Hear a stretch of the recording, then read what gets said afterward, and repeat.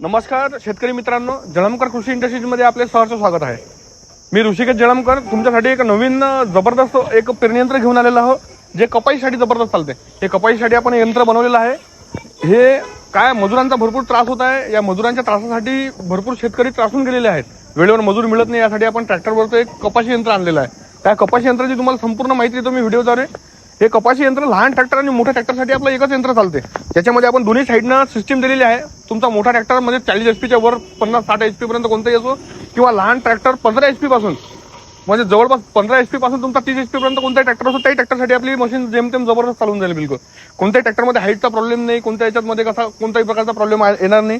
याच्यामध्ये सगळ्यात सफिशियंट एक आपण काम केलेलं आहे, युबोल्ट मध्ये क्लॅम्प पट्टा दिलेला आहे। याच्यामध्ये काय होते, आपण जो सोया टाकतो म्हणजे एक उदाहरणार्थ कोणत्या भागात 40, 42, 48, 56 किंवा 60चा सोया चालते, हे सोयाची ऍडजस्टमेंट कास्तकारांसाठी एकदम सोयीस्कर व्हावी यासाठी आपण युबोल्टचा वापर केलेला आहे। याच्यामध्ये युबोल्ट ही चांगल्या उत्तम प्रकारचे आपण वापरलेले आहे याच्यामध्ये, की जेणेकरून एकदम लवकरात लवकर खोलले जातील पाण्यानं आणि एकदम हातवातच आपण शेतामध्ये आपण सोया ऍडजस्टमेंट करू शकतो।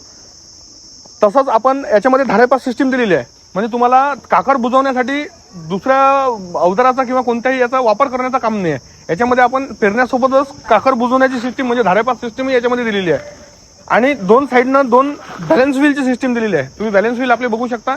हे जे बॅलन्स व्हील आहे आपण हे याच्यासाठी लावलेले आहेत, की जेणेकरून लहान ट्रॅक्टर किंवा मोठ्या ट्रॅक्टरला जेव्हा आपण चालवतो तेव्हा नरम जर शेत असलं तर मशीन जास्त घुसून चालते। आणि कपाशी तर तुम्हाला माहितीच आहे, कपाशी जर जास्त खोलीवर पडली तर बी दडपते, निघत नाही। हा सगळ्यात जास्त प्रॉब्लेम होता, त्यासाठी आपण ह्या बॅलन्स व्हीलची ऍडजस्टमेंट दिलेली आहे।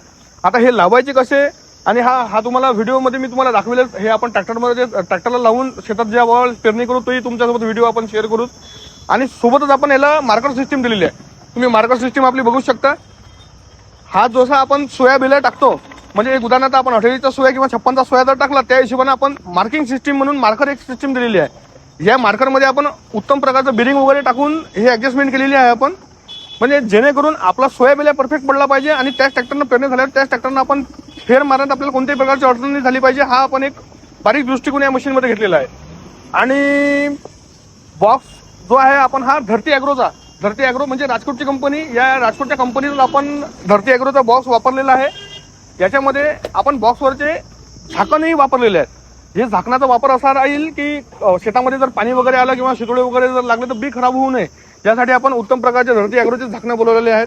हे झाकण सहजरित्या आपण लावू शकतो आणि सहजरित्या हे ओपनही करू शकतो। तुम्ही बॉक्सची क्वालिटी वगैरे पाहू शकता, पूर्ण व्हर्जिन मटेरियल आहे।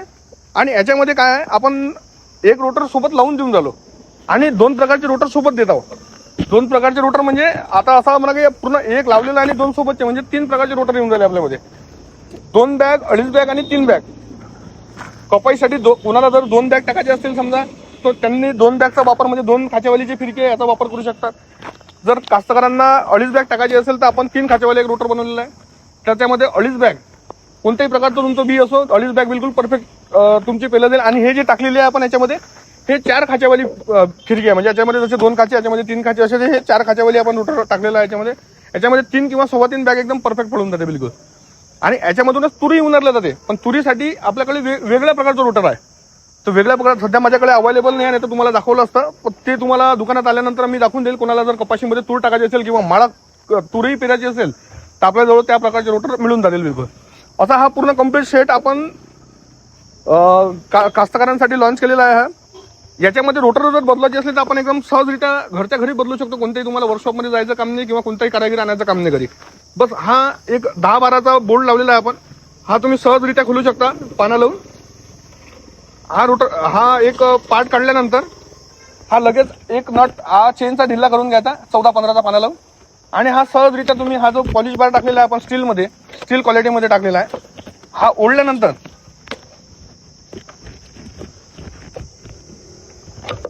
हे जे 4 खाचेवाली फिरकी आहे, आता हे आपण 3 बॅग किंवा 3.25 बॅग साठी वापरतो।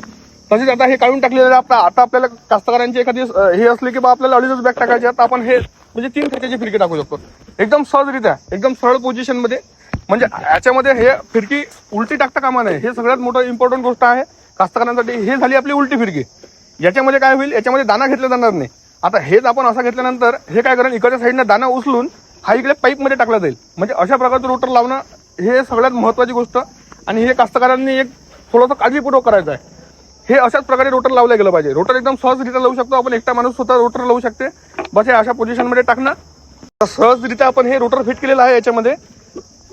बस हा पाईप आपल्याला जसा तसा ओळायचा आहे आणि हे जे आपलं बूस्ट लावलेलं होतं आपण लॉकसाठी, हे बूस्ट सहजरित्या आपण फिट करून घ्यायचं आणि 11-12च्या पाण्यानं हा नट पूर्ण प्रकारे फिट करून घ्यायचा.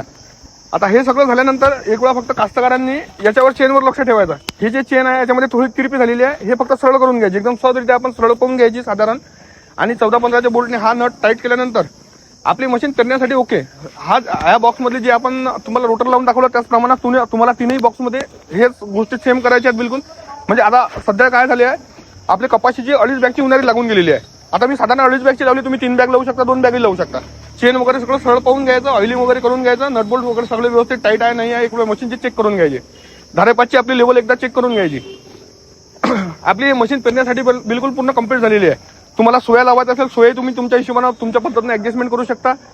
आणि तुम्हाला चेन वगैरे जर फिट करायची असली आपण ती याच्यामध्ये ऍडजस्टमेंट दिलेली आहे, युबोर्डमध्ये सिस्टीम दिलेली आहे टाकायची, ती तुम्ही ऍडजस्टमेंट करू शकता. चेन जास्त आपल्या पेरण्यामध्ये टाईटही नाही पाहिजे आणि जास्त चेन आहे ही जास्त ढिल्ली राहता कामा नये किंवा जास्त टाईटही नाही पाहिजे.